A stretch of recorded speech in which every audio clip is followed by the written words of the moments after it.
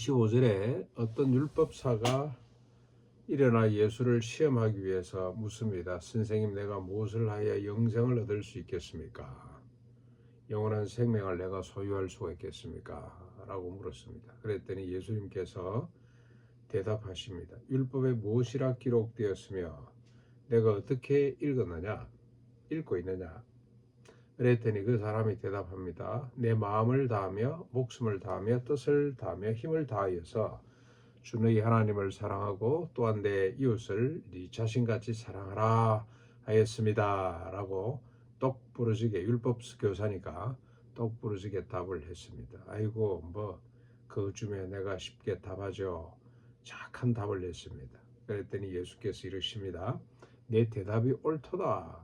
이를 행하라. 그리하면 네가 살 것이다. 그리하면 네가 원하는 생명을 얻게 될 것이다. 이것이 생명이니라. 그렇게 살아라고 이야기를 합니다. 마음을 다하고 목숨을 다하고 힘을 다하고 뜻을 다해서 하나님을 사랑하고 이웃을 사랑하는 것이 율법의 핵심이죠. 그리고 이것이 생명의 본질입니다.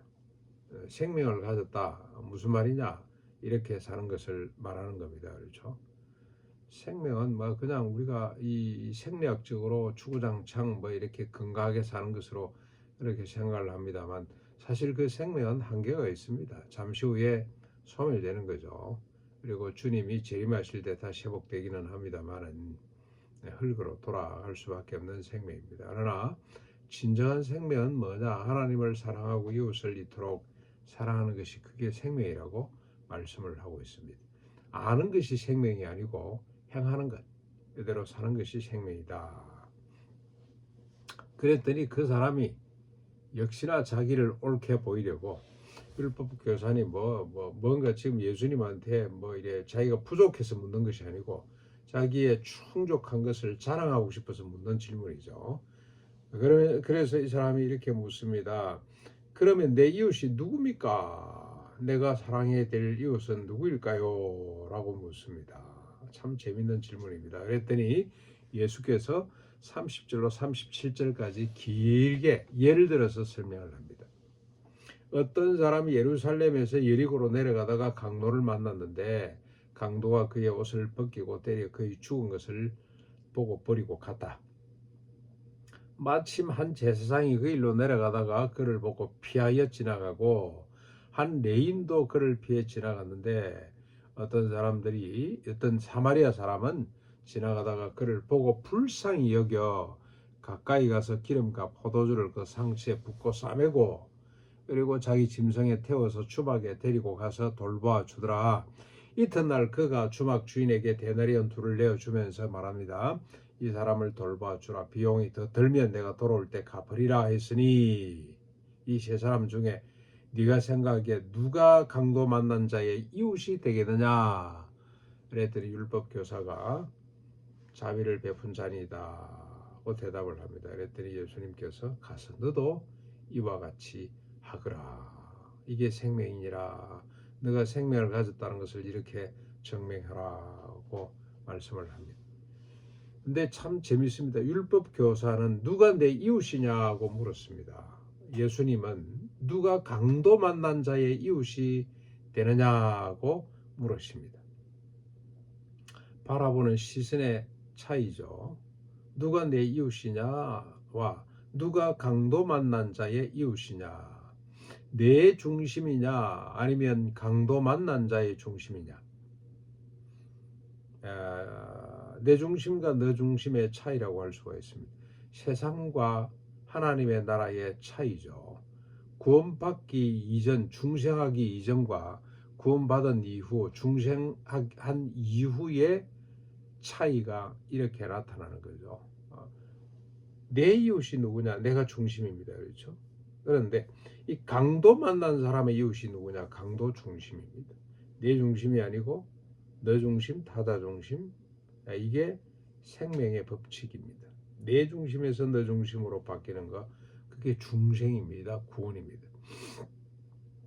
요즘 우리가 흔히 중생했습니까? 구원받았습니까? 언제 받았습니까? 그런 질문을 많이 받죠. 이단들이 주로 그런 질문을 많이 합니다. 언제, 몇 월, 몇 시에 에? 받았냐? 모르면 네 중생 한 거 아니야. 네 다시 중생 받아야 돼. 그 중생의 증거가 뭐냐? 뭐 방언을 한다든지 뭔가 큰 기쁨이 온다든지 그러는데 주님은 전혀 다르게 말씀을 합니다. 누가 내 이웃이냐라고 묻는 사람이 누가 강도 만난 자의 이웃이 될 것이냐로 묻는 이 관점, 바라보는 시선의 차이, 이건 내면의 차이를 말합니다. 생명이 있냐 없냐의 차이는 이렇게 나타난다는 겁니다. 내 중심으로 이웃을 보면 누가 이웃이겠습니까? 자기에게 도움이 되는 사람, 자기에게 뭔가 이득이 되는 사람, 이런 사람이 자기하고 수준이 비슷한 사람, 이런 사람이 이웃이 되겠죠. 그러나 강도 만난 사람 중심으로 이웃을 바라보는 것은 이건 생명을 갖지 않은 사람은 불가능한 일입니다. 이 차이, 이 질문의 차이, 이 관점의 차이, 시선의 차이를 우리가 잘 정리해야 될 것 같습니다. 생명, 영생 같은 말이죠. 영원히 살아야 생명이죠.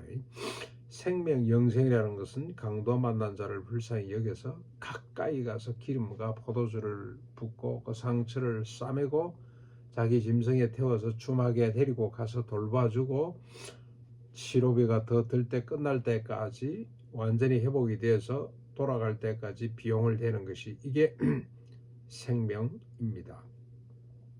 생명을 가졌다는 뜻입니다. 정말 참 너무 놀라운 겁니다. 이 생명이 우리 속에서 나타나는지를 점검할 수 있어야 되겠습니다. 이제 사건이 바뀌었습니다. 38절로 42절까지 예수 일행이 다시 길 가다가 한 마을로 들어갔습니다. 그 마을에 마르다라고 하는 여자가 있는데 예수님을 자기 집으로 초대를 했습니다. 다른 복음서에 보면은 자기 오빠 나사로 사건하고 연관되어 있기도 하고요. 마르다에게는 마리아라고 하는 동생이 있었는데 주의 발치에 앉아서 듣기만 하고 있습니다. 마르다는 지금 손님 대접하느라고 정신이 없는데 마리아는 주님의 발치 앞에 딱 앉아서 턱을 고고 앉아가지고 말씀 듣는다고 그냥 거기에 집중하고 있습니다. 마르다가 너무 안타까워서 안타깝다기보다도 뭐 이래 좀 성이 났겠죠. 예수께 나와서 주님 내가 바빠서 정신이 없는데 왜 이러고 우리 마리아를 이렇게 데리고 이야기하고 있냐 말이지. 명령을 해서 나를 좀 돕게 하십시오 말을 합니다. 그랬더니 주님께서 대답하십니다. 아주 기가 찬 대답이죠. 마리아야, 마르다야, 마리아다, 마르다야. 내가 많은 일로 염려하고 근심하나 몇 가지만 하든지 아니면 한 가지만 하거라. 마리아는 이 좋은 편을 택하였는데 빼앗기지 아니하리라. 네가 나를 위해서 뭘 하려 그러지 말고 내가 너를 위해서 뭘 하는지를 좀 알았으면 좋겠다.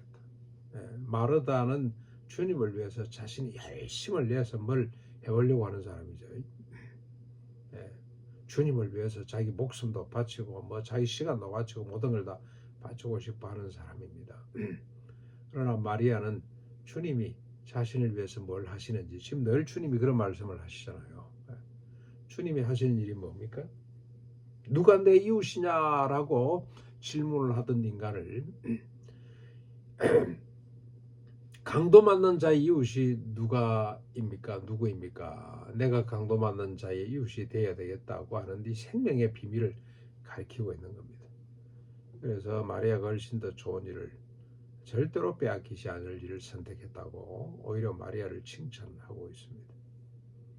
주님이 하시는 일이죠. 우리는 단지 그걸 믿고 누리면 되는 겁니다. 오늘도 주님께서 우리 안에 생명을 만들어 놓으셨는데 그 생명은 주님과 이웃을 위해서 자신의 몸과 마음과 뜻을 다하고 힘을 다해서 사랑하는 것. 내 중심으로 다가오기를 원하는 것이 아니고 다가가서 그의 필요를 살피고 채우는 자신의 존재 의미를 고통받는 타자 속에서 발견하는 이런 삶을 살아낼 수 있기를 바랍니다.